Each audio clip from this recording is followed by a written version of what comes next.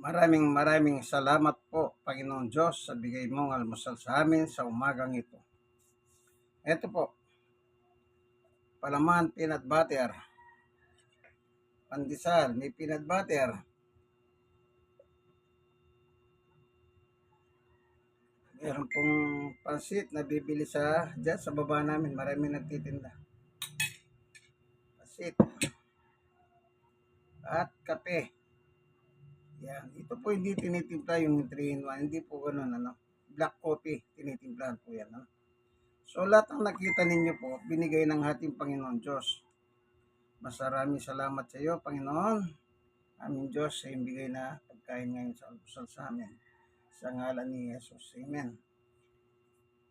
Nakasulat po yan sa Mateo 6:9. Ang nagturo niya ng walang iba kundi ang ating Panginoong Yesus na lahat ng kinakain ng tao ay nagmula sa Diyos na may gawa ng langit at lupa.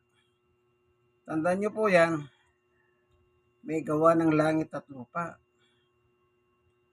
Po, doon sa Mateo 6:9 at saka 11, bigyan mo kami ng aming kakanin araw-araw. Ama naming Diyos, nasa langit ka. Yan. Siya po ang provider ng pagkain ng lahat ng tao na nabubuhay sa buong mundo. Nilikha niya tayo. Bago niya tayo nilikha na niya lahat ng kailangan ng tao. Kaya nang likhain tayo, nandun na lahat ang kailangan ng tao. Kaya kung inyong mapapansin po sa buong mundo, talagang sagana ang pagkain.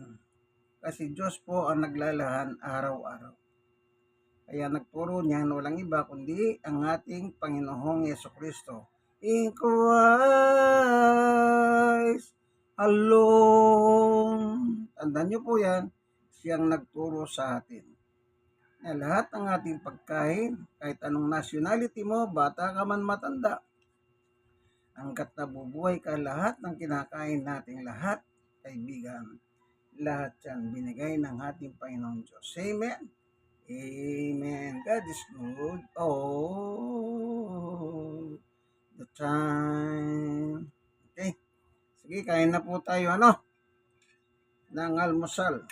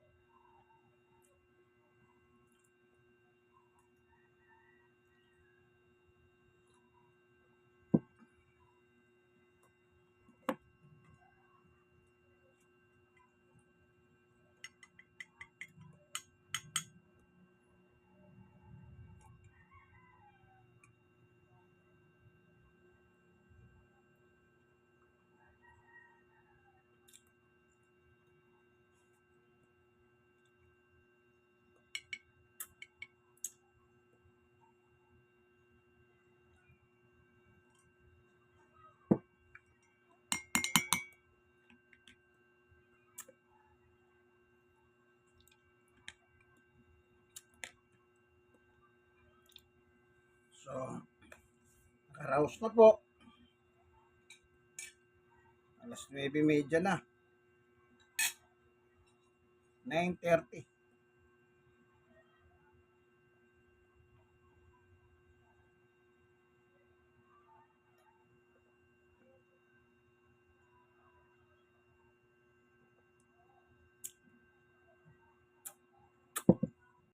Okay. Ito po inyong kaibigan kay Jesus, Brother Manny Bautista. Like and share sa iba. Kayo pong nasisira na ng video pong ito, i-share nyo rin po sa iba. Kaya tandaan nyo po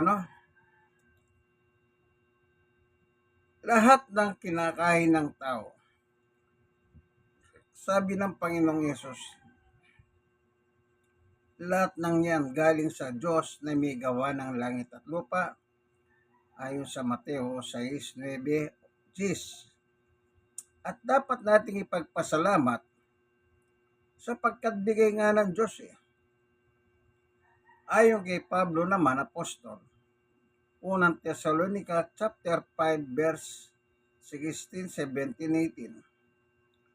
Magalak kayong lagi kayong manalangin at magpasalamat kayo sa Diyos. Sapagkat ito ang kalooban ng Diyos para sa inyo na pagkaisa kay Kristo. Kaya lahat po ay dapat magpasalamat sapagkat ang pagpapasalamat pala ay kalooban ng Diyos. Amen? God is good all the time in Christ alone. God bless us all po. Tawadat na kayo ng video ito nasa maayos na kalagayan. God bless us all po. Bye.